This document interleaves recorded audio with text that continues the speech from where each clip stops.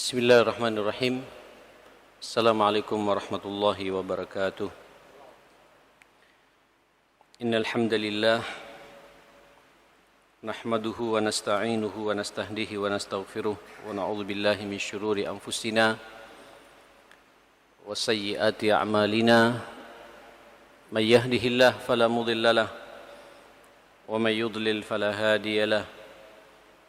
وأشهد أن لا إله إلا الله وحده لا شريك له وأشهد أن نبينا ورسولنا محمدا عبده ورسوله لا نبي بعده صلى الله عليه وعلى آله وصحابته ومن سار على نهجه واتبع سنته وسلك طريقه ونهج منهجه إلى يوم الدين. يا أيها الذين آمنوا اتقوا الله حق تقاته ولا تموتن إلا وأنتم مسلمون. أمسينا وأمسى الملك لله والحمد لله لا شريك له لا إله إلا الله وإليه المصير. أمسينا على فطرة الإسلام وكلمة الإخلاص وعلى دين نبينا محمد صلى الله عليه وسلم وعلى ملة أبينا إبراهيم حنيفا وما كان من المشركين. سبحانك لا علم لنا إلا ما علمتنا إنك أنت العليم الحكيم وتب علينا إنك أنت التواب الرحيم. اللهم إنا نسألك فهم النبيين وحفظ المرسلين وإلهام الملائكة المقربين. اللهم إنا نعوذ بك من أن نشرك بك شيئا نعلمه ونستغفرك لما لا نعلمه. اللهم إنا نسألك الإخلاص والصدق في القول والعمل. بسم الله توكلت على الله ولا حول ولا قوة إلا بالله. Jamaah sekalian, kita masih dalam pembahasan tarbiyatul aulad. Insyaallah malam ini kita sudah masuk poin yang ke-9 atau edisi yang ke-9. Kita juga sudah membahas fasal yang kedua, yaitu asy'ur an-nafsi nahwal aulad, perasaan diri, kejiwaan yang harus kita munculkan terhadap anak. 4 poin sudah kita bahas. Poin yang pertama adalah al-abawani mafturani ala mahabbatil walad. Dua orang tua itu harus menjaga fitrahnya untuk selalu mencintai anak-anak. Sebab susah untuk kemudian kita menanamkan, mengkaji, memperhatikan, mengawal anak-anak kita kalau kemudian dalam jiwa kita ini tidak ada kecenderungan untuk mencintai anak. Mustahil. Dan ini panjang lebar, sudah saya bahas di pertemuan yang lalu. Kemudian yang kedua, ar-rahmatu bil aulad minhatun minallahi lil ibad. Kemudian suasana rahmah, suasana kasih sayang. Ini juga karunia dari Allah yang harus terus kita jaga. Bagaimana memunculkan rahmah? Rahmah dalam berbicara, rahmah dalam bersikap, rahmah dalam bertutur kata, rahmah dalam mengeksekusi masalah yang terjadi pada anak-anak kita. Ini harus kita jaga. Ilustrasi yang paling mudah kemarin saya gambarkan bagaimana Rasulullah sallallahu alaihi wasallam memeluk, mencium cucunya sampai kemudian membuat Aqra bin Habis tidak habis pikir dan dia bersumpah, saya punya 10 anak lebih, tidak satu pun dari anakku ini yang saya pernah cium dan saya peluk. Keluar kata-kata dari Rasulullah, man lam yarham la yurham. Barang siapa tidak punya rahmah, tidak punya kasih sayang, tidak akan dirahmati oleh Allah Subhanahu wa taala. Kemudian kita juga sudah bahas yang ketiga, yaitu karahiyatul banat jahiliyatin baghidah. Masih muncul di antara kita juga ketidaksukaan terhadap anak perempuan. Ya, walaupun ini lebih dominan di kalangan masyarakat Arab dulu. Ya, sekarang kita alhamdulillah InsyaAllah samalah sikap kita terhadap anak laki-laki ataupun anak perempuan. Kalau masih ada ini, tolong kita harus mengembalikan fitrah kita ini, bahwa di hadapan kita anak perempuan itu karunia dari Allah Subhanahu wa taala. Peluang untuk bisa mendapatkan surganya Allah Subhanahu wa taala paling instan.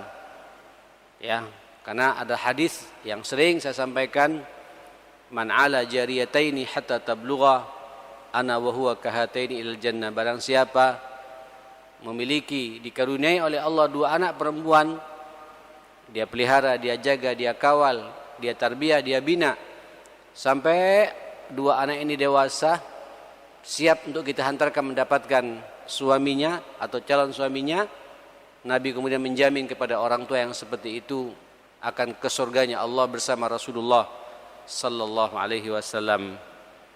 Ya, ini juga sudah saya bahas panjang lebar. Kemudian terakhir saya membahas fadilatu man yatajallat limautil walad, keutamaan orang yang menerima kenyataan akan takdir Allah, tiba-tiba anak yang kita cintai ini, yang kita harapkan ini sebagai penerus kita ini tiba-tiba dipanggil oleh Allah Subhanahu wa taala meninggal dunia. Kemudian kita mengembalikan semuanya kepada Allah Subhanahu wa taala. Saudara, hadisnya banyak sekali ini diceritakan dalam kitab ini dan saya kemarin sudah bahas juga panjang lebar.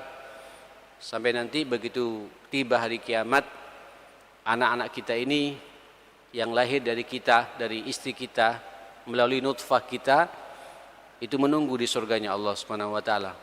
Menunggu di pintu surganya Allah Subhanahu wa taala.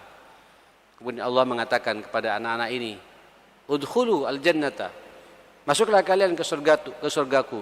Qala la, kata anak ini, tidak, hatta nara aba'ana, sampai kami bisa berjumpa dengan orang tua kami. Subhanallah. Jemaah sekalian, begitulah gambaran Nabi kepada kita. Kemudian Allah mengatakan kepada anak-anak ini, silakan lihat orang tuamu. Sampai Nabi mengatakan, dia nanti menarik bajumu sebagaimana aku menarik bajumu saat ini gitu, untuk menarik orang tuanya ke surganya Allah Subhanahu wa taala.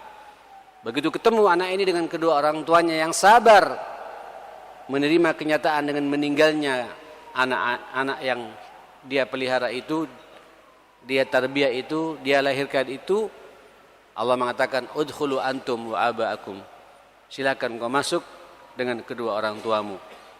Ya, jadi Bapak, Ibu, monggo kita kawal betul, kita jaga betul kesabaran kita.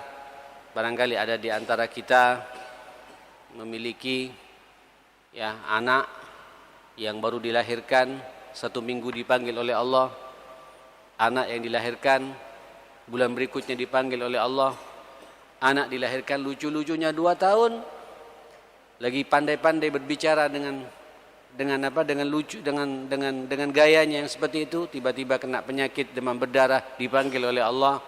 Kembalikan semuanya kepada Allah Subhanahu wa taala. Insyaallah itu akan menjadi tabungan kita di hadapan Allah Subhanahu wa taala. Ini buah kesabaran bagi kita yang memiliki anak dipanggil duluan oleh Allah Subhanahu wa taala. Ikhwatal iman rahimakumullah.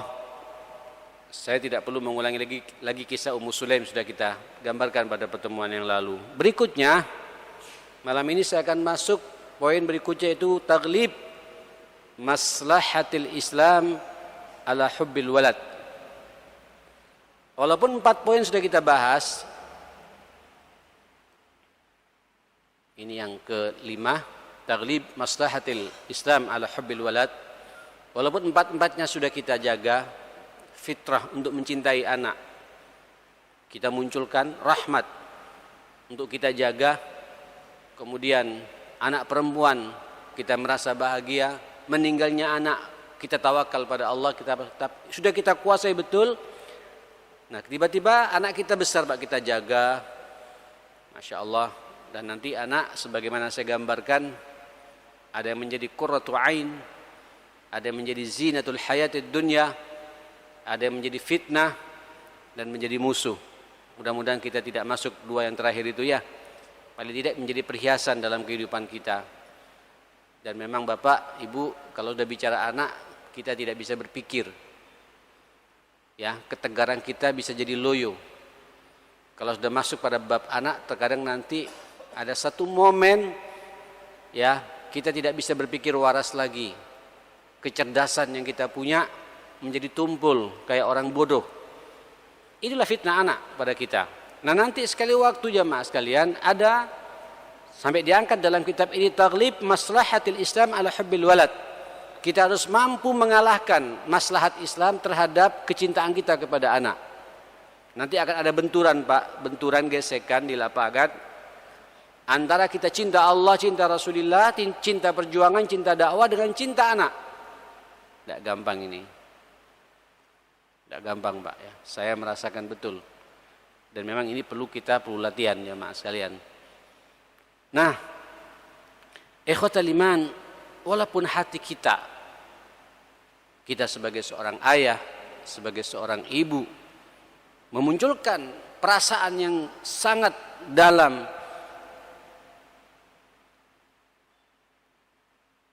yang sangat pasti untuk selalu mencintai dengan penuh kasih sayang, kelembutan kepada anak-anak kita. Bahkan anak selalu ada dalam hati kita. Dan terkadang nanti kita tanpa terasa Pak, selalu membicarakan kebaikan anak kita. Anakku, anakku, anakku. Hati-hati jamaah sekalian.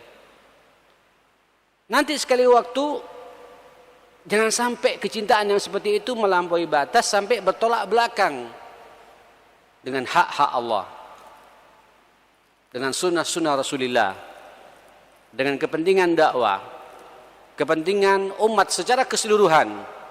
Nah, ini penting jamaah sekalian. Ya, jangan sampai nanti mengganggu Pak. Anak mengganggu kita untuk tidak bisa salat tepat berjamaah di masjid. Anak mengganggu kita untuk tidak bisa baca Quran lagi. Anak membuat kita tidak bisa istiqomah lagi tahajud. Nah, ini hati-hati jamaah sekalian. Ini biasanya Pak, yang baru-baru punya anak itu jamaah sekalian, lucu-lucunya kita gendong anak kita dengan penuh cinta.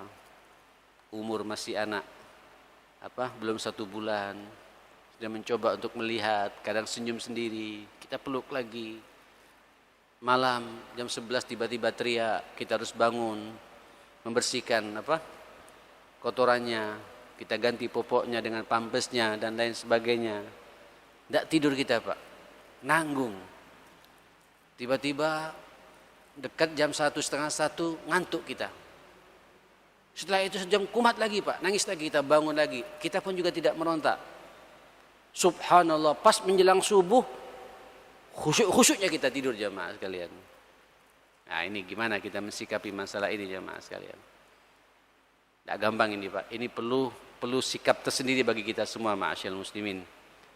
Nah, saudara, kita masih belum berbicara Pak nanti di saat anak berbenturan dengan syariat Allah Subhanahu wa taala. Ini Pak, hitungan-hitungan ini harus matang. Contoh paling konkret, tahu anak kita tidak punya kapasitas untuk masuk perguruan tinggi. Ya. Dan kita tahu nilainya juga pas-pasan. Ya. Pingin masuk karena kita mungkin kekuatan lobby, banyak jejaring, ya Pak ya, banyak komunikasi, dan kalau kita ngomong pasti diterima. Tapi kita juga harus tahu bagaimana kapasitas anak kita. Kalau memang ada jelas Pak, kita maksimalkan. Tapi kalau tidak, dan kita tahu dia tidak mampu, dipaksakan, ngambil haknya orang yang lebih baik Pak, haknya anak orang yang lebih baik. Nah, hati-hati Pak, bab-bab seperti ini jamaah sekalian. Ini kita berbenturan dengan aturan Allah, aturan kehidupan. Ya. Ini kemudian kita bermaksiat kepada Allah Subhanahu wa taala, mengambil haknya orang dan lain sebagainya. Bahkan nanti jamaah sekalian begitu sudah lulus S1 atau S2 segala macam, dan kita tahu jamaah sekalian kapasitas anak kita. Kalau memang dia punya kapasitas maksimal, kita berebut daripada diambil orang lain, wajar. Tapi kalau kita tahu anaknya pemalas, anak kita ini tidak punya kapasitas, bahasa asingnya pun juga pas-pasan, baca Quran juga tidak bisa, tapi karena kita punya uang, waduh, ini lebih dahsyat lagi nih Pak. Ono duwe lobby Pak, mampu mengalahkan orang yang cerdas-cerdas semuanya. Ini juga bagian apa yang kita bahas jemaah sekalian. Kalau para ustadz, para dai ini Pak, gangguan anak dalam urusan dakwah. Pas mau berangkat, ditunggu umat, ribuan umat, ratusan umat, tiba-tiba anak sakit. Halo, kita milih yang mana Pak? Milih yang mana? Hah? Anak, ya. Mulai nakal pikiran kita nih Pak. Padahal nanti anak yang paling paham mengurus anak ya ibunya Pak. Paling kita urusan fulus. Ya. Tapi lah ini sempat terjadi Pak, ada seorang ulama besar. Tidak apa-apa kita sampaikan di sini jemaah sekalian. Dan dalam kitab ini juga diangkat Pak. Wa minal ma'athir al-karimah allati tanaqalatha al-alsun min anil imam asy-syahid Hasan al-Banna rahmatullah alaih. Ada seorang ulama besar Pak, dai besar, yang kemudian dia menjadi pelopor utama, muassis pertama gerakan dakwah yang namanya Ikhwanul Muslimin itu. Luar biasa jemaah sekalian. Pada waktu itu dia terbiasa Pak, setiap habis lebaran atau pas lebaran dia tafaqqat ahwalus syabab. Dari satu daerah, dari satu kabupaten ke kabupaten, keliling untuk menyemangati anak-anak muda di hari lebaran. Ya kalau sekarang kayak kita diundang untuk khutbah lah ya. Khutbah di Kalimantan. Khutbah di mana ya? Kalau sekarang alhamdulillah ustadznya sudah banyak Pak. Ya kita tinggal bagi amanah saja. Tapi waktu itu dia dibutuhkan betulan. Dan pada waktu itu Inggris luar biasa Pak mengendalikan Mesir pada waktu itu. Ya, waktu zaman kerajaan ini Pak. Raja Faruk ya. Yang kemudian sampai kemudian dia ditembak Pak. Yang nembak ternyata tentara Inggris jemaah sekalian. Apa yang terjadi? Pada waktu itu Pak, anak yang namanya Saiful Islam maridah. Saiful Islam maradan syadida. Sakit keras. Sampai ada yang mengatakan la yurjabul tidak ada harapan bisa hidup. Tapi sekarang ternyata masih hidup Pak. Ashrafa fihi alal maut. Merasa pada waktu itu tidak ada harapan. Ini panas demam luar biasa, dikhawatirkan akan meninggal dunia itu. Faqalat lahu zaujatuh, istrinya mengatakan, "Lau baqita ma'ana fi hadzal 'id nasta'nis bika." Alangkah indahnya kalau kau tidak keluar bersama kami lah, ini kan lebaran. Ya, anak-anak kita juga sakit seperti ini. Apalagi siapa tahu nanti anakmu bisa jadi sembuh karena engkau yang mendampingi gitu. Ini Pak, apa? Rayuan-rayuan dan wajar. Sunnatullah seorang ibu begitu. Dia juga perlu perlindungan. Sangat wajar Pak. Fa'ajabaha wa biyadihi haqibatihi safar. Kemudian dijawab sama Al-Banna ini jemaah sekalian. Sementara tas safarnya dibawa begini jemaah sekalian. Sudah siap Pak. Umat menunggu. Karena beliau memang setiap tahun bergantian Pak dari satu provinsi ke provinsi di Mesir itu.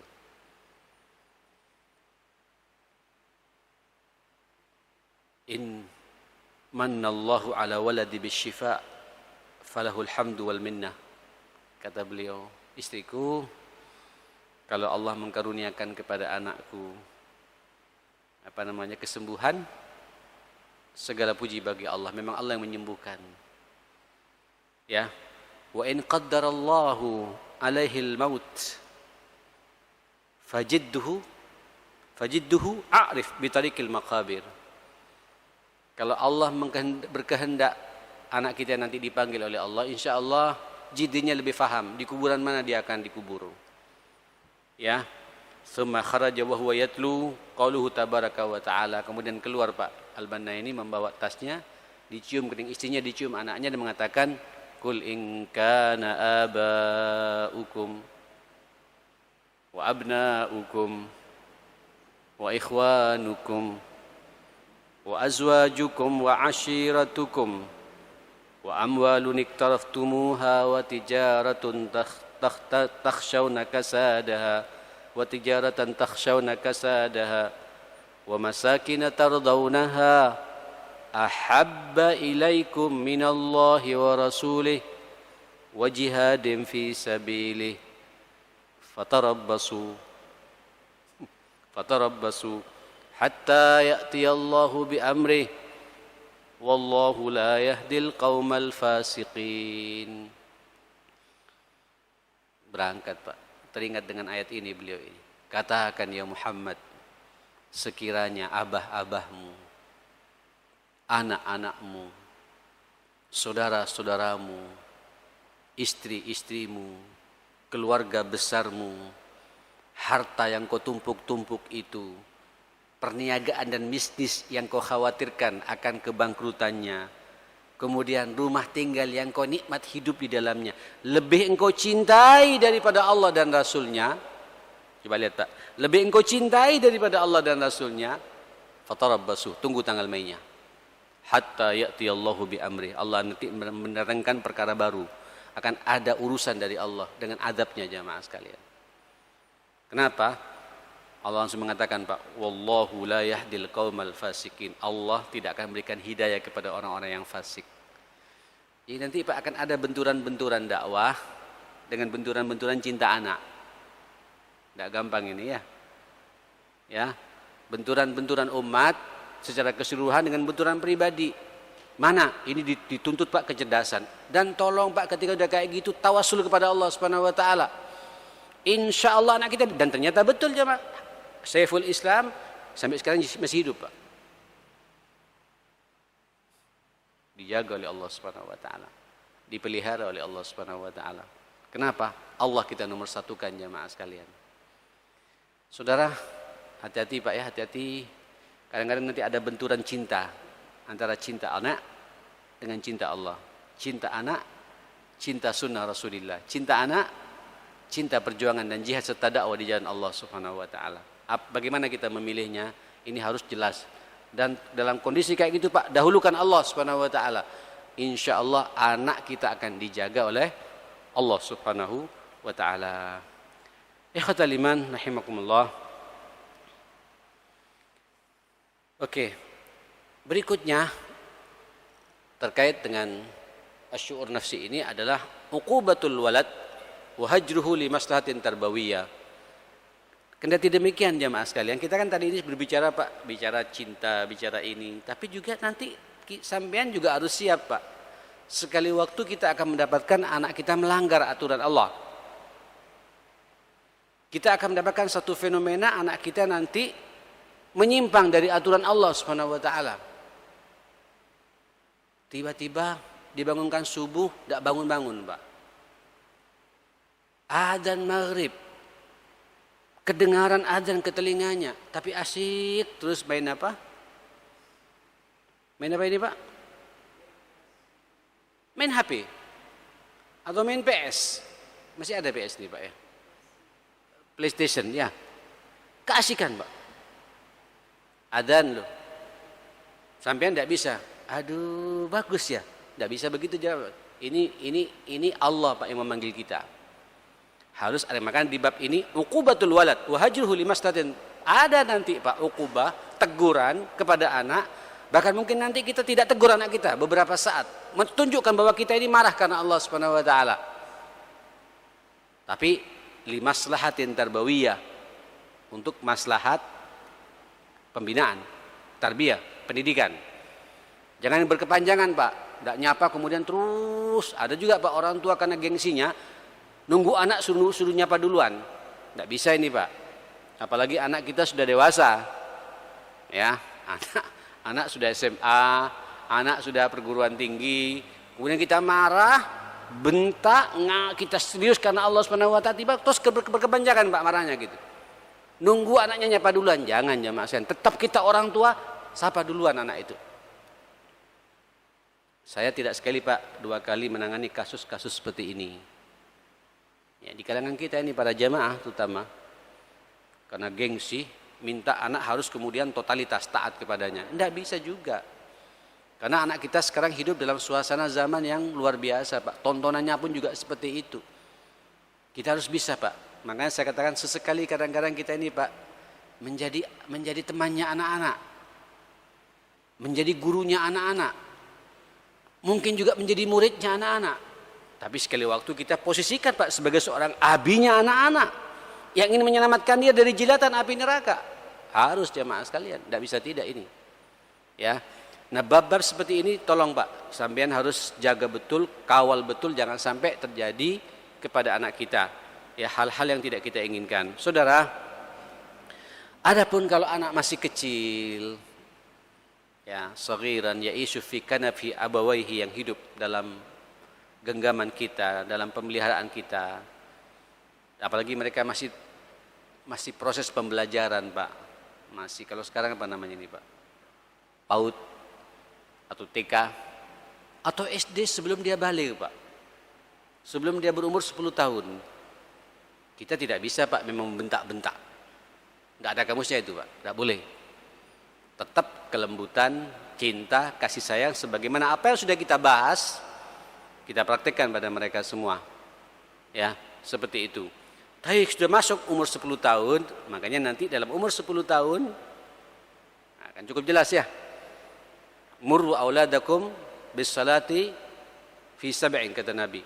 Ajari anakmu untuk melaksanakan salat, perintahkan anakmu untuk melaksanakan salat pada umur 7 tahun. Sudah perintah saja Pak, ajari. Itu kalau sebelum 7 tahun lebih bagus lagi jamaah sekalian, lebih indah lagi. Ya, sebelum 7 tahun. 7 tahun harus Pak. Masuk usia 7 tahun sampean 5 waktu ngomong pada anak. Insya Allah kalau sampean istiqomah seperti itu, nanti 10 tahun menjadi habit bagi dia. Nah, kalau 10 tahun dia tidak melaksanakan, suruh pukul. Nah, ini ukubahnya di sini. Tapi pukulan darban ghaira mubarrihin, pukulan yang tidak mencelakakan. Niatnya apa? Untuk supaya sadar ini tidak benda lo perbuatanmu ini. Setelah itu dirangkul kembali jamaah sekalian. Nah, saudara-saudara sekalian, taujih seperti ini, Masya Allah, terlalu banyak Nabi memberikan gambaran Pak kepada kita, tidak hanya dalam masalah salat. Salah satunya jamaah sekalian, hadis dari siapa ini? Dari Imam Bukhari Muslim, dari Umar bin Abi Salamah. Abi Salamah ini berarti anaknya Ummu Salamah Pak. Berarti ini anak tirinya Rasulullah sallallahu alaihi wasallam. Ummu Salamah ini kan dinikahi Nabi Pak, umurnya sudah tua, anaknya belasan. Ini sekaligus bukti bahwa Nabi nikah itu bukan karena masalah syahwat, tapi di situ ada niatan-niatan penting, karena Ummu Salamah memang cerdas Pak, dan banyak hadis-hadis masalah kewanitaan itu muncul dari lisan Ummu Salamah. Ya. Sekali waktu mengatakan si Umar bin Abi Salamah ini, kuntu gulaman fi hijri Rasulillah sallallahu alaihi wasallam. Saya dulu ketika masih kecil dalam pengawasan Nabi, karena aku hidup bersama ibuku, tentu bersama Rasulullah.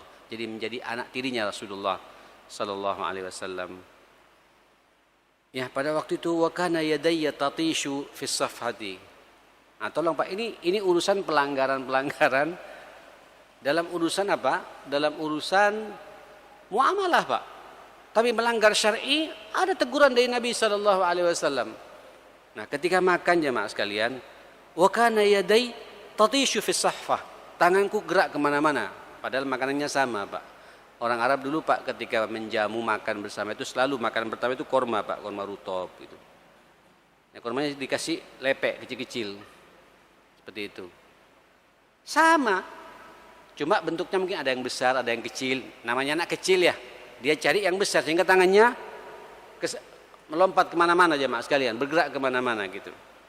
Faqala li Rasulullah sallallahu alaihi wasallam, Nabi mengatakan kepadaku, Allahu Akbar. Ya gulam, kata Nabi. Nak, kira-kira begitu. Sambillah, ayo baca bismillah. Baca bismillah, kata Nabi. Wa kul biyaminik, makan pakai tangan kananmu. Wa kul mimma yalik, makanlah apa yang ada di hadapanmu. Nah, ini Pak adab dalam urusan makan. Jadi kalau makan anak juga diajari, jangan saya naik dewe ngambil sana ngambil sini kemudian kita merasa raksy Pak. Senengnya anak suka makan, tidak boleh, adab diatur itu. Ayo dahulukan dulu orang tua, ajari ini Pak, harus ada teguran, jangan didiamkan. Biarkan anak kecil, saya juga senang, tidak boleh Pak. Biar tamunya pun juga harus ikutin. Ambil dulu ya, ngambil ya gitu. Ajari Pak anak adab-adab seperti itu. Ini akhlak, ya. Dan di sini dalam agama kita diangkat Pak bab seperti ini, sehingga anak terbiasa sejak kecil sudah tahu Pak bagaimana adab dalam urusan makan dan minum ini. Ya gulam, baca bismillah, sambillah kata Nabi. Wa kul biyaminik, makan pakai tangan kananmu. Wa kul mimma yalik, dan makanlah pula kata Nabi yang ada di hadapanmu. Karena semuanya sama kata Nabi sallallahu alaihi wasallam. Saudara sekalian, tidak hanya itu Pak. Imam Bukhari, Imam Muslim juga meriwayatkan dari Sahal bin Sa'ad radhiyallahu anhu. Ini indah jamaah sekalian. Bagaimana Nabi juga mengajarkan Pak, orang tua juga punya peran untuk kemudian memberikan arahan kepada anak-anak ini jamaah sekalian. Anna Rasulullah sallallahu alaihi wasallam utiya bi syarabin fashariba minhu. Nabi pernah sekali waktu diberi minuman oleh para sahabat. Kemudian Nabi minum, Pak. Nah, sebelah kanan Nabi itu an yaminihi gulam. Sebelah kanan Nabi ini anak muda, Pak. Rupanya sengaja anak muda ini Pak pengen dekat Nabi supaya nanti bisa langsung ngambil bekas mulut Nabi itu, Pak. Orang Arab dulu Pak kata kalau minum itu gantian ya, Mas sekalian. Kalau kita alhamdulillah sekarang satu-satu ya. Itu Pak dulu orang pakai baskom begini. Saya jadi teringat Pak dulu ketika pertama kali ke Saudi dikasih baskom begitu Pak. Kita disangkanya cuci tangan Pak. Langsung teman-teman cuci tangan Pak. Langsung masyayikh kita, ya akhi, hadzal syarab ya akhi, kata itu minum ini. Kaget kita Pak. Nah, kemudian itu minum, biasanya nanti yang pertama kali syekhnya minum Pak. Kemudian terus karena ada hadis su'lul mu'min syifa. Bekas orang mukmin itu, sisa orang mukmin itu syifa, jadi obat. Tentu kalau kemudian mulut kita juga tidak batuan Pak ya, tidak ada sariawan. Dan tahu diri Pak, para sahabat ketika sakit tidak mau minum. Ada sariawan tidak mau minum, kenapa? Takut nular. Jadi sesama sehat itu yang minum jemaah sekalian. Kalau kita kan enggak Pak ya, lu siapa tahu jadi sembuhnya saya gitu. Repot ini Pak. Harus tahu diri. Itu adab dalam agama kita. Duduk anak ini sebelah Nabi. Wa yasaruhu asya. Sebelah kirinya itu masyayikh semua. Sahabat-sahabat senior jemaah sekalian gitu. Faqala Rasulullah sallallahu alaihi wasallam lil ghulam. Berkata Nabi kepada anak muda ini. Ata'dzan li an u'tiya haula.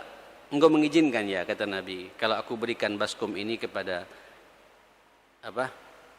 ammi-ammimu ini, paman-pamanmu ini, orang-orang tua ini gitu. Hadhihi hiyal mulatafah. Ini Pak adab Nabi juga, sampai urusan ini tidak langsung anak kecil ini. Enggak Pak. Kalau sampai ada omongan begitu sampai yang kasar Pak. Kasar pada anak ini. Dan ini haknya dia. Ini kalau kita minum Pak ke sebelah kanan, bukan ke sebelah kiri. Makanya kalau salaman Pak ke sebelah dari salaman ke kanan Pak, seperti itu. Allahu Akbar. Ata'dzan li haula, engkau mengizinkan aku berikan pada mereka. Kata gulam ini, qala la wallahi ya Rasulullah. Enggak ya Rasulullah gitu. Ini kesempatan yang saya tunggu-tunggu ya Rasulullah kata. La uthiru bi nasibi minka ahad. Saya tidak ada ithar-itharan. Saya tidak ada apa ithar ini Pak? Apa kalau bahasa kita? Saya tidak ada. Apa kalau bahasa kita? Tidak ada. Saya tidak akan memberikan hak saya kepada orang. Ini yang saya tunggu. Karena menunggu Pak bekas mulut Rasulullah itu Pak, sama anak muda ini jemaah gitu. Fatallahu Rasulullah. Sudah Nabi diberikan Pak. Ya, wa wada'ahu fi yadihi wa hadzal gulam siapa Pak? Siapa anak muda ini jemaah sekalian? Abdullah bin Abbas. Ya sepupu Nabi Pak, cuma masih kecil jemaah sekalian. Abbas kan paman Nabi ya, Abdullah bin Abbas.